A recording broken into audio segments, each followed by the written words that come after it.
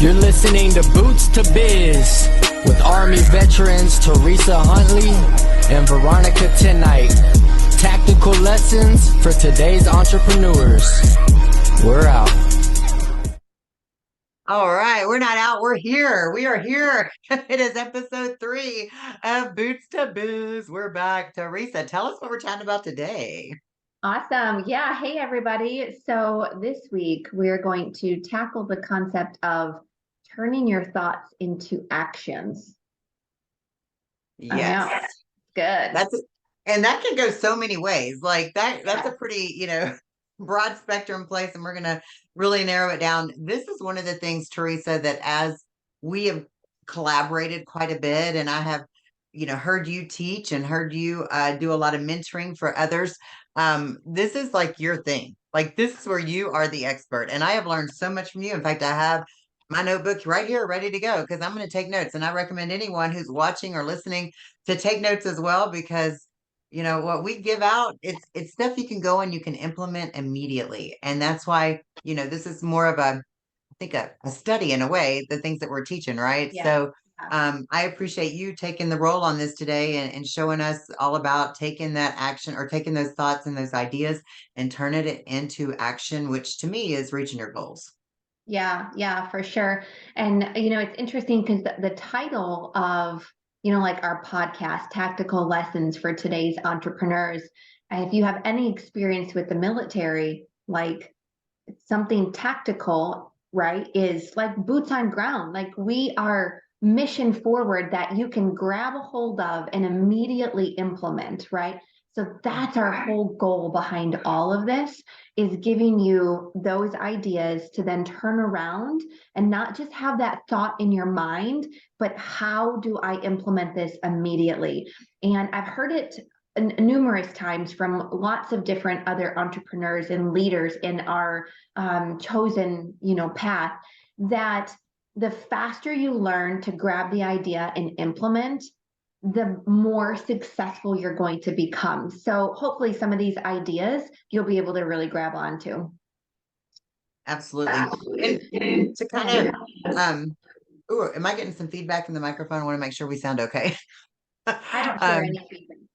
Okay, great. No, I just wanted to add on to that too. From the military, a lot of what we did is we really honed in on our skills while we were doing them, while we were on the job doing it, right? So for a lot of entrepreneurs, we don't expect people to just take, weeks off or months off of what you're trying to do and go learn things. This is stuff that you can take and implement immediately, like you were saying, and while you're currently making money and doing your thing. So we found, at least I found, that the best way for me to learn was similar to that military style of, I was a combat medic, so we learned on each other. We started IVs on each other. I guess they figured you really can't kill somebody by trying to start an IV on them. So as long as they're healthy. And so we just practiced on each other. And then drawing blood, all the same thing. I remember the very first person I had to draw blood from was a first sergeant who was just reclassing. And I was like, so nervous. But you know what? You go and you do it, and you learn the mistakes along the way. You learn the lessons, and then you learn you're better for it. So so I like that people can really implement this while they're currently doing what they're doing.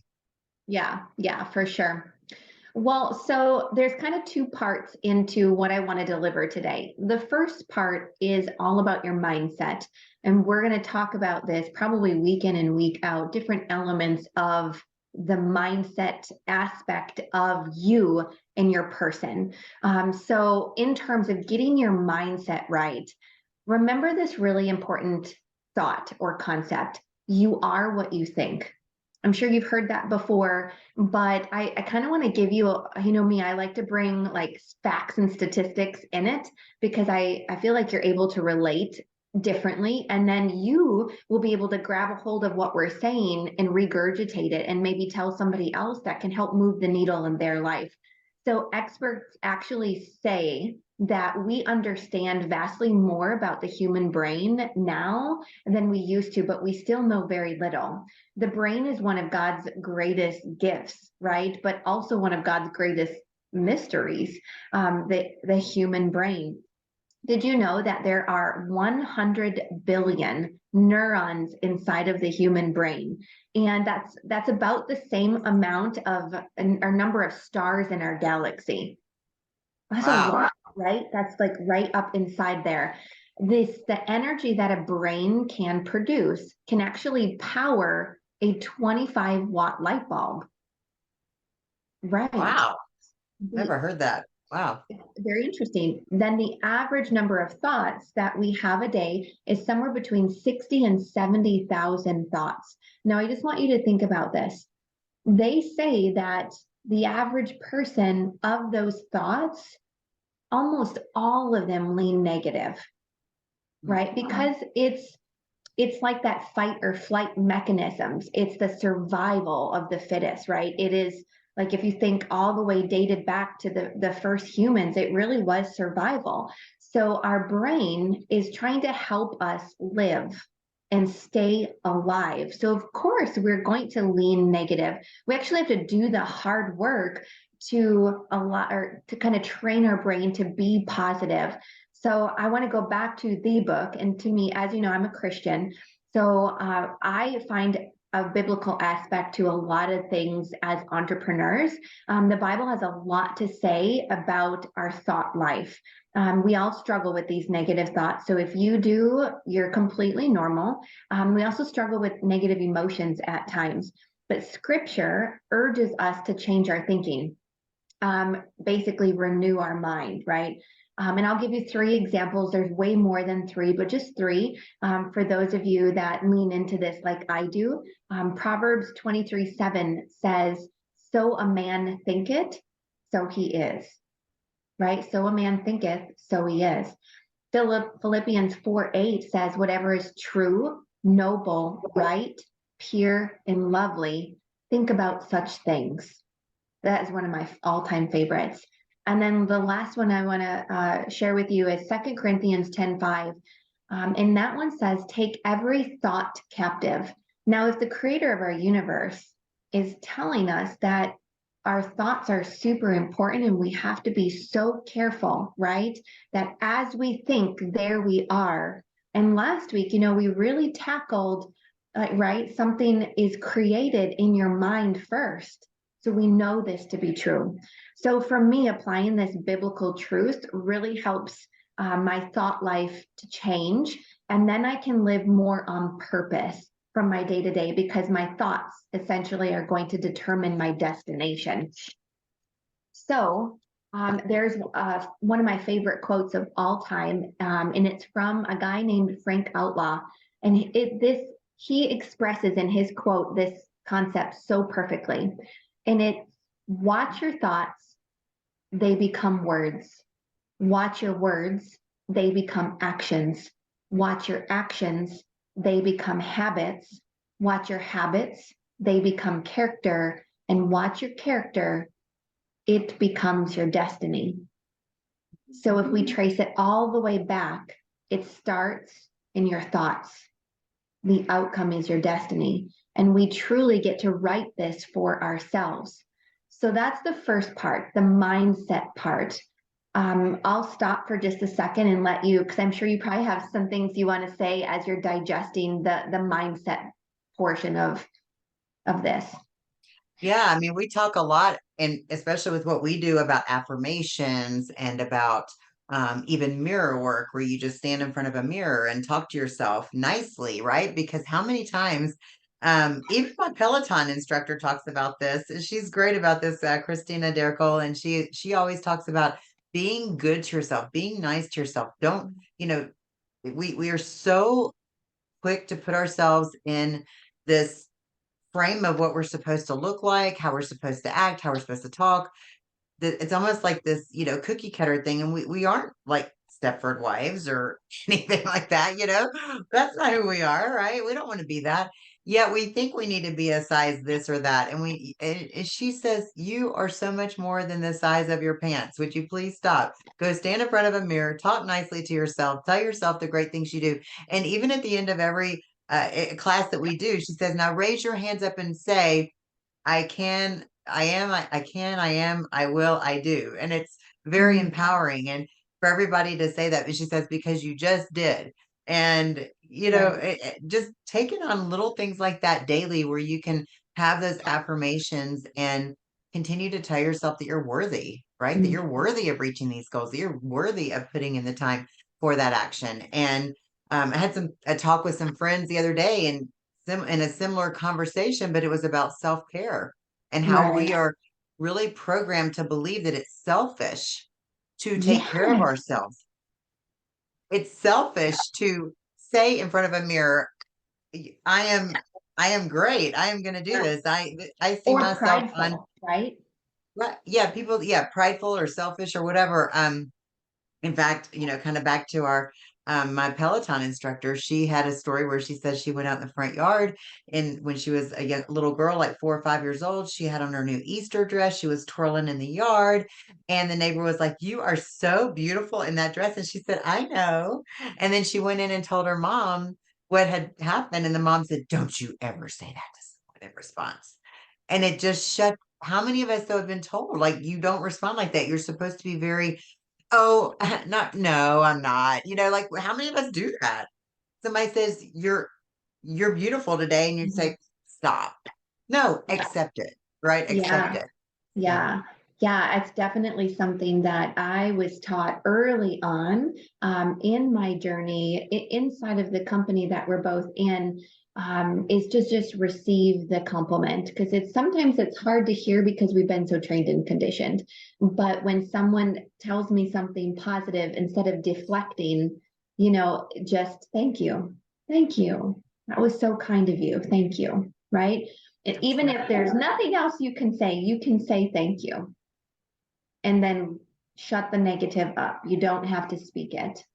Okay. And then you'll get so good that you don't even think it, that it'll be a true, authentic thank you. Oh my gosh. Right. And you won't even think the negative. So great tips. Love all this.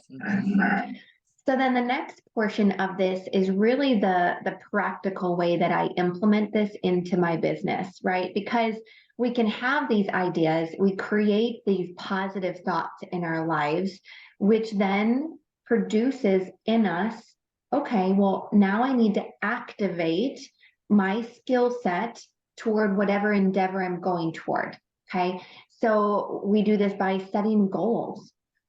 So when you sit down and you do a goal setting session, a lot of times people will write it down and then walk away from it and forget about it and not have the proper steps that are needed to happen in order to have that goal come to fruition. So that's kind of what I want to break down. I use a framework that's called GPS.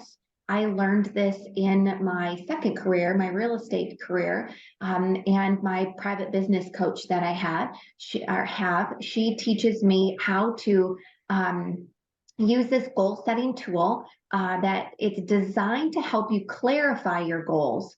And then in detail, you are going to write out the priorities and the strategies that are going to be necessary to achieve said goal. Okay. So this all sounds so technical, but it's super easy and we're going to break it down. So the first thing you need to do is pick whatever that goal is. And it's only going to be one goal. You're going to do a GPS around every specific goal. Okay. So for instance, if my goal is to, rank advance inside of my company, bump up one rank advance. Okay. Then I would create 3 priorities to get that done. And under each priority, I'm going to have 5 strategies to help me implement that priority. Okay. So it's 1, 3, 5 in your GPS. So let's break down like what an actual goal is. Because I think sometimes people like think they are setting goals and they're kind of off course a little bit. So a goal should be time specific, okay, measurable, and sometimes the measure is determined by achieving the priorities, just so you know, but time specific, measurable, not so big that it requires so many things to get it done, okay, and not so small that it requires only one or two things to make it happen, specifically with using this GPS. Okay. So we all have heard the acronym, the SMART acronym, right? Do you know what I'm talking about when you're setting a goal? And I hope I don't butcher this. So the S is specific, the M is measurable, the A is, do you know what it is? Oh gosh, we should Google it really quick. Yeah, I can look it up. Yeah. Google it. So that way they have the exact acronym, but just Yeah. remember, you want to have key specific elements to your goal. Do you want me to wait or do you want me to just keep talking? I'm looking for it. I'm looking for it. So easy without Dun, dun, technology, dun. you know? Oh It makes no. so much smarter and so much dumber at the same time. I mean, okay, specific, measurable, achievable, Achievable, relevant, relevant, and time-based. time-based. Yeah. So that's called a SMART goal. So not this big pie in the sky. You actually think about these different elements of your goal. Okay. Now let's break down your 3 priorities. Okay. You're going to identify 3 to 4 areas of priorities, and it forces you to select the most important things to accomplish your goal. So basically the 20%. Another way of saying this is Pareto's principle, right? Because we know to be true that 80% of the results are going to be yielded from the top 20% of your work and your effort that you're doing, okay? And 80% of the things that you can do, right, all the extra stuff is only going to yield 20% result. That's why as entrepreneurs, we should always focus on what are the most important things that we should be doing. We also call those income producing activities. Okay. So if you need a lot of priorities, okay, your goal is going to be way too broad. If you struggle to find more than 2, then your goal may actually be more of like a priority for a larger goal. Okay. So I know that's kind of confusing, but I think once you sit down and you start writing out your priorities, it'll become very clear to you. So your priorities should also be time specific, measurable, okay, and big enough to require 3 to 5 strategies of implementation. So what's a strategy? Let's break that down. And then I'm going to give you a couple of examples of this. Okay. So strategies are the activities that you must do in order to achieve your priorities. Okay. They're also time specific, measurable. They can be broken down into basically, do you hear that? My dog is wanting to be let out. He keeps ringing the bell. So give me 1 second. Stand by. Okay. Hey, we have to take care of the puppies first. We have to take care of the puppies. All right. No worries. So I'm just writing all of this down. So, so the activities must be there to reach this to enforce those strategies, to reinforce those strategies. That's correct. Yeah, yeah. So, All right. So the 5 strategies, and then you were going to give us an example of how all this works. yeah. So before I do that, when all of your strategies are completed, the priorities have been accomplished, right? And the goal have been achieved. So that's kind of, your framework: goal, priorities, strategies. Okay. And I know how my mind works is super, super analytical. So I love doing things like this. I absolutely love it. And would you believe my trash man just rolled in the driveway, and my dog now it's going to be fine. He's not going to get under his vehicle. It's going to be just Hey, fine. this is real life. Hey, we work from our homes. This is part of being an entrepreneur in your home, and Like, so real life happening right here. This is how we roll. I have 2 dogs as well. There's no telling what they're doing right now. They're probably just sitting on their bed. They literally have their own queen size bed that they've claimed as their own, and they like to look outside the window out the front so they can bark at every animal, everything that blows in the wind, whatever it may be. They're out there barking. So they must be zoning out right now because they had a pretty big breakfast. Oh my gosh. All right. I'll tell you, just when you think that you're super focused and nobody's going to be here, like today is Wednesday. My trash man does not come on Wednesdays. He comes on Tuesdays. Not What today. what are the odds, right? I tell you. Okay. So funny. Okay, so with your strategies, let's talk about this. Okay. Um, just a couple examples. I'm going to pull up my GPS and kind of read to you what mine looks like. Okay, so my goal right now for this year is to grow my unit size to 200 people that are in my lineage. Okay, so that's a specific goal. One of my priorities inside of said goal is growth. Okay, I'm going to focus on growth. Another one is I'm going to focus on retention. So keeping the people that I already have, right? Because as entrepreneurs, right, there's always attrition.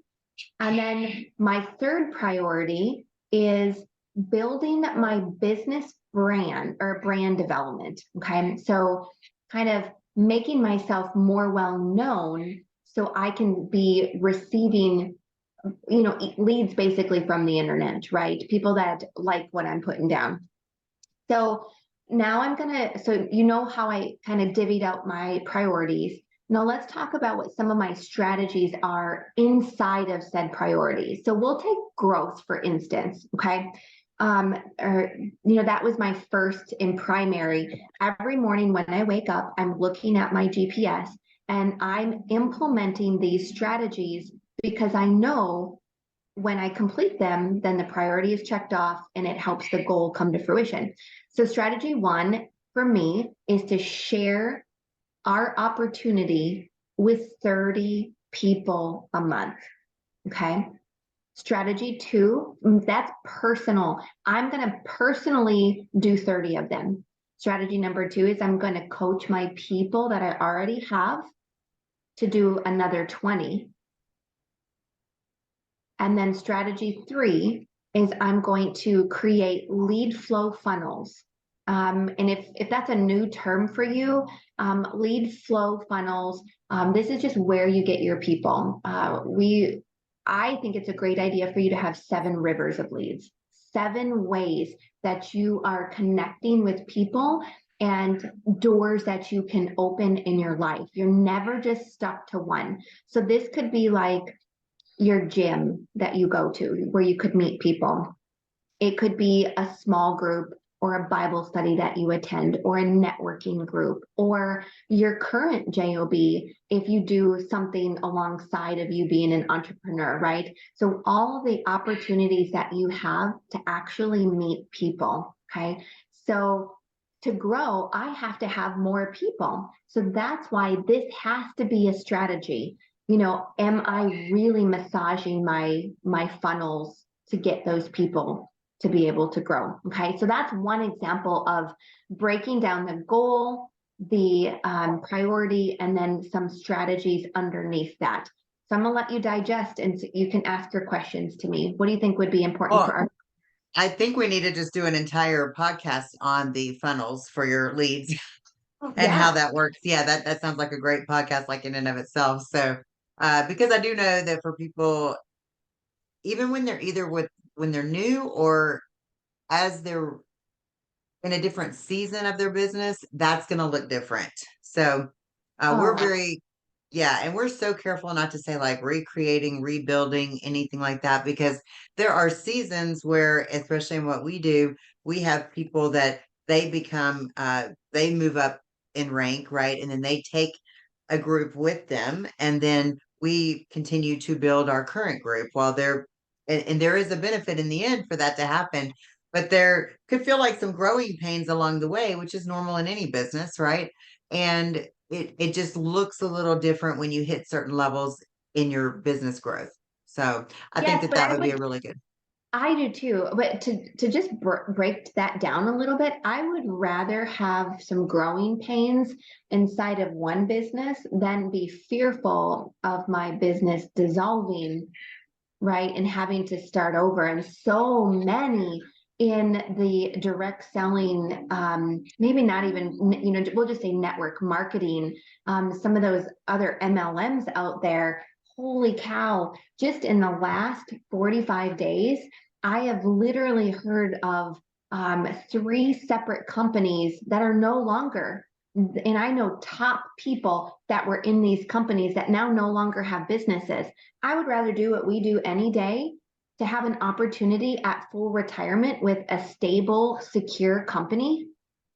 Oh, I mean, nothing compares to what we're doing with, 60-year track record. You can't beat that.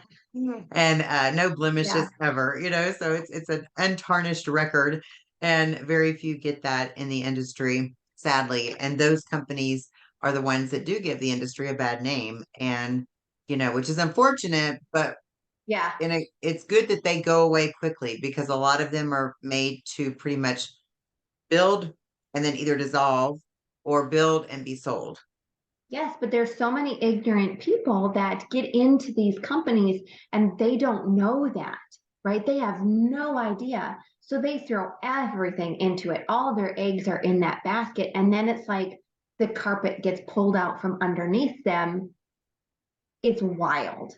Mhm. It's wild. And names that I know people listening know of. Yeah.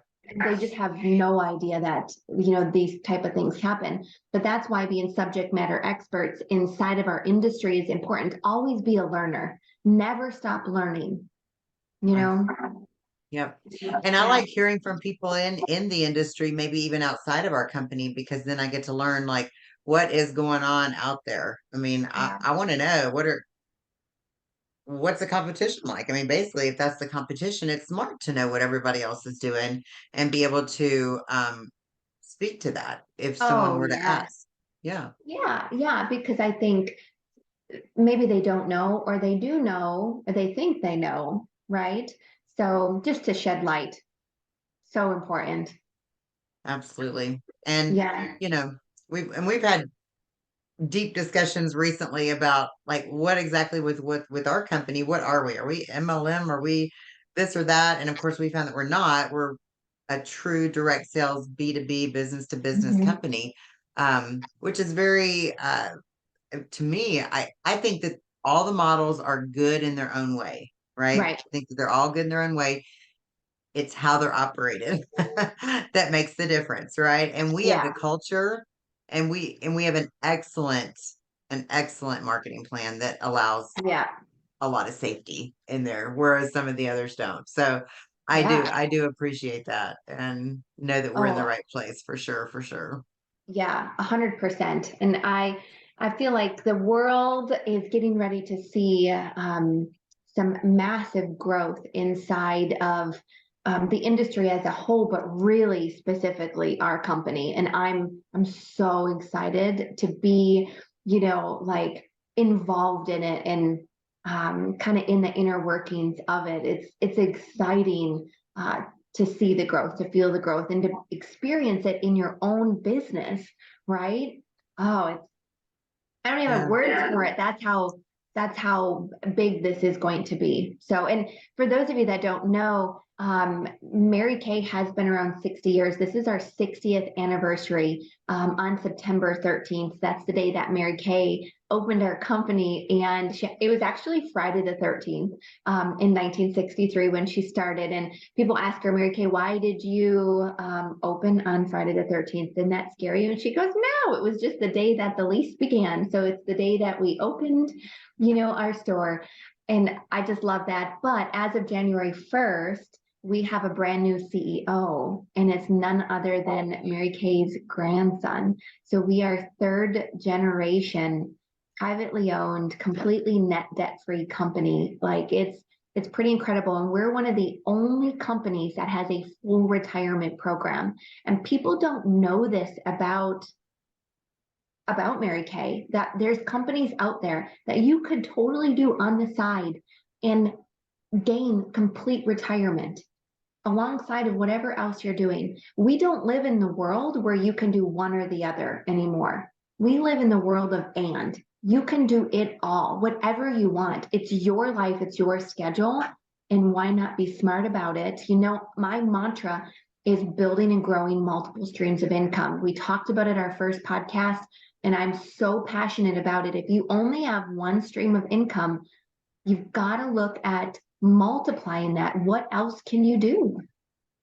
Absolutely. I mean, I still work full time for the federal government, and I run this business pretty much a full-time basis. Because I'm a sales director, I'm in a position, a senior sales director, I'm in a position that it really, is pretty much a full-time job. Not that you can't do it part-time, but where Yeah. I want to go, I need to put the full-time effort into it.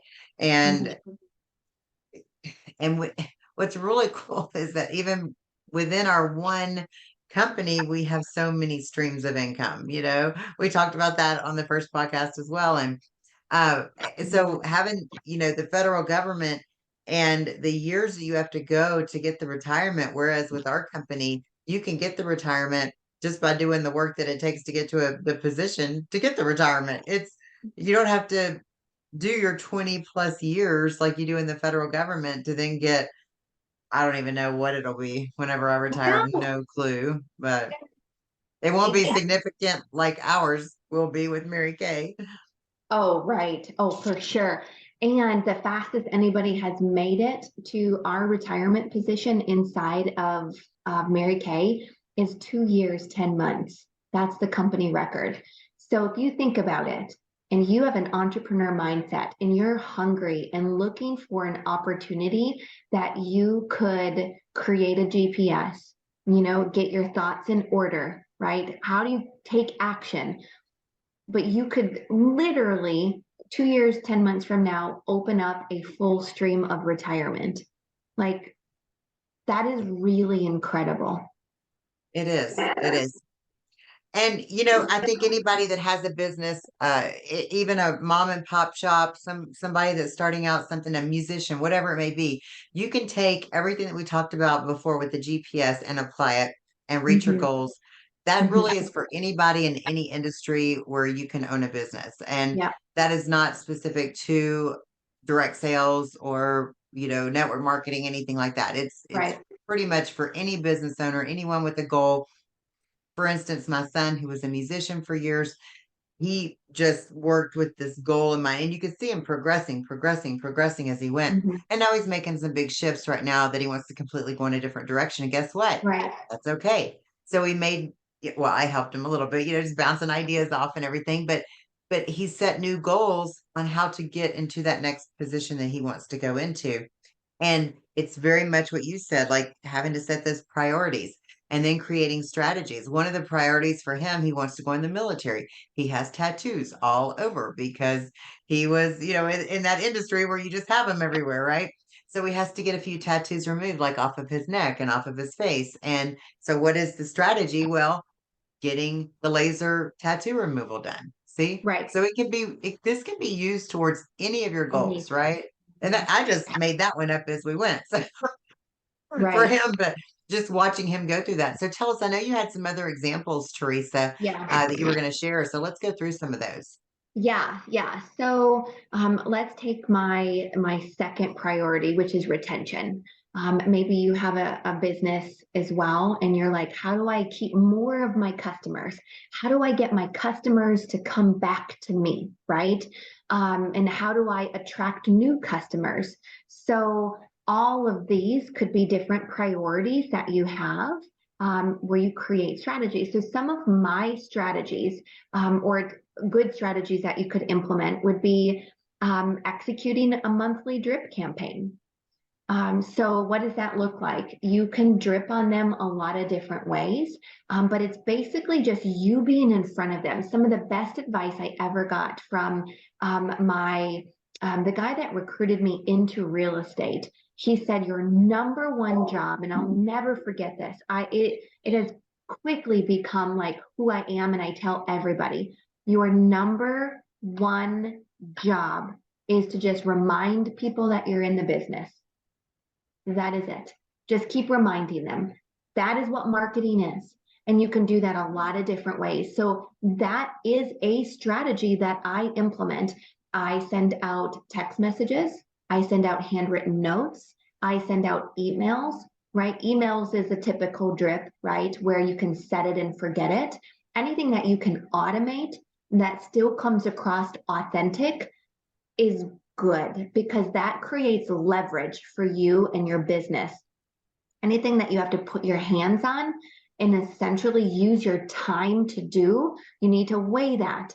Like, is this the best use of my time? How do I automate it? How do I, hire that out so it's still happening in the background, but you don't have to put your hand on it? Okay, so drip campaigns.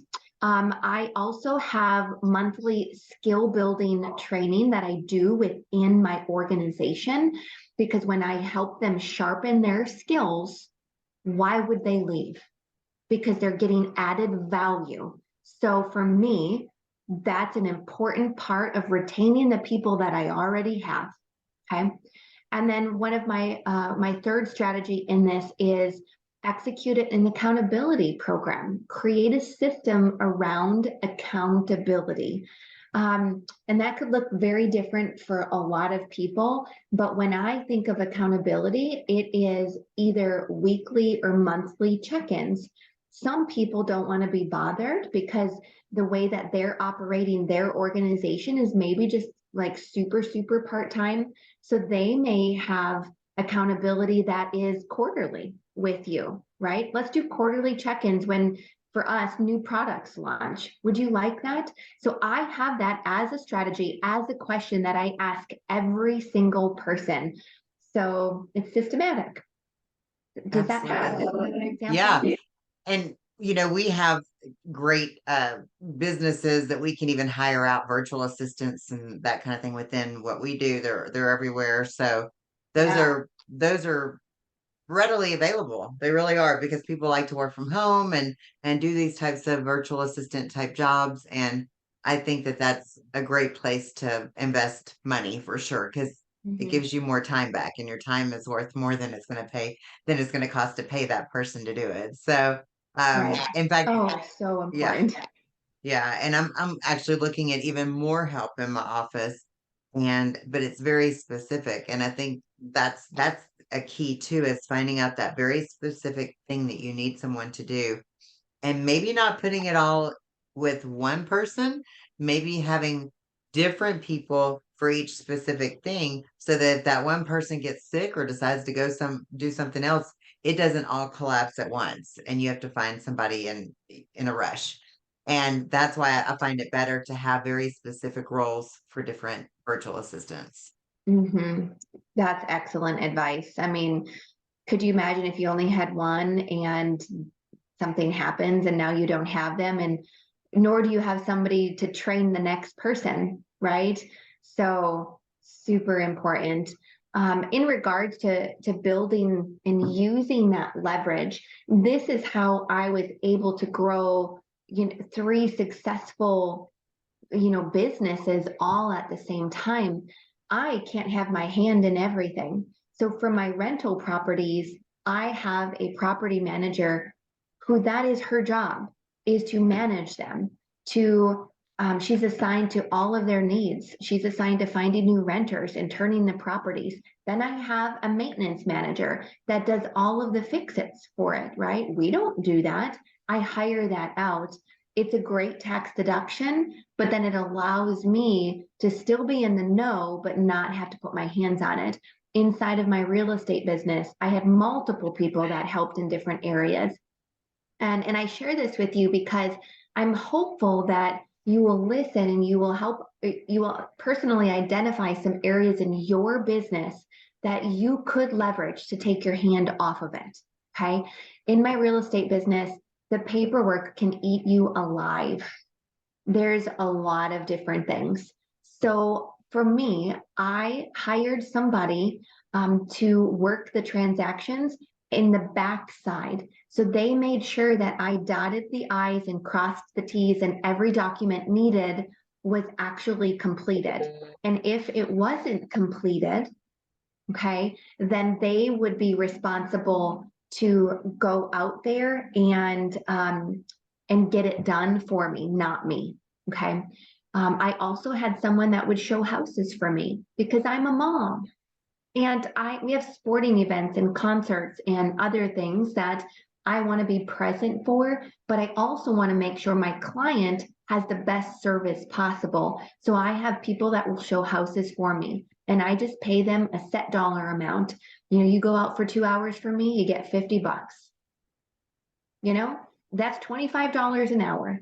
What job are they going to get $25 an hour? You know, that's really good income, and it puts gas in their car, you know, and they get experience. You're welcome. So those are kind of the things. Look at your career in your business and what do you not like doing, right? Make a whole list of things that kind of bog you down. Is it customer contacts?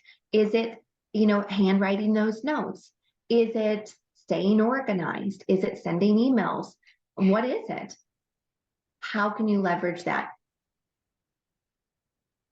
There you go. I think that's a great place to end it because we have now got the GPS set. We are going in the right direction. We've got our goal. We've got our the priorities surrounding that goal, the 3 priorities. We have the 5 strategies for each priority. Mhm. And now we know how to delegate things out that we don't have to do so that we can make sure that we are focusing in on those strategies and priorities to reach that goal. And some of those strategies can include having the right help, right? Mm-hmm. Mm-hmm. Yeah. Veronica, one last question. What would you say to somebody that says, I just don't have the money to be able to pay that person? Yeah, so that is something I actually I don't really deal with that much for myself, but I have a lot of people say that to me. And the answer sounds almost a little crass and maybe rude, but it's almost like you can't afford not to pay for that help. Okay, so let's just get down to the bottom line. If I literally don't have the money in hand today to pay them, well, remember, most people get paid what after a week after or 2 weeks after, however that works. So now you have time to make sure that you're doing all the right things, that you're putting your time where it should be, making that money, growing that money so that you can pay that person. What's going to happen is you're going to focus in so hard to make sure that you're getting everything covered, that you're going to build this incredible momentum and you're going to make so much more than you ever thought because you are doubling down to make sure that you can reach that immediate need.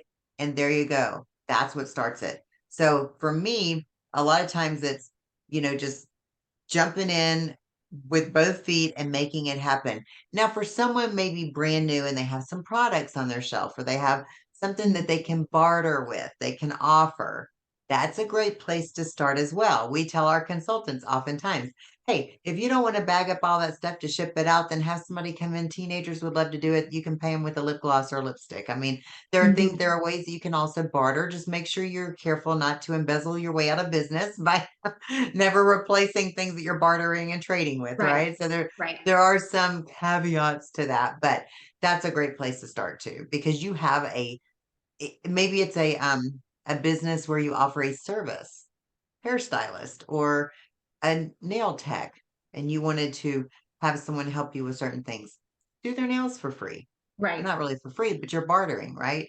There right. are things that you can do like that. So what can you trade time for that you can that's within your skill set so that you can then have more time in the end? Yeah. Oh, yeah. 100%. I love that.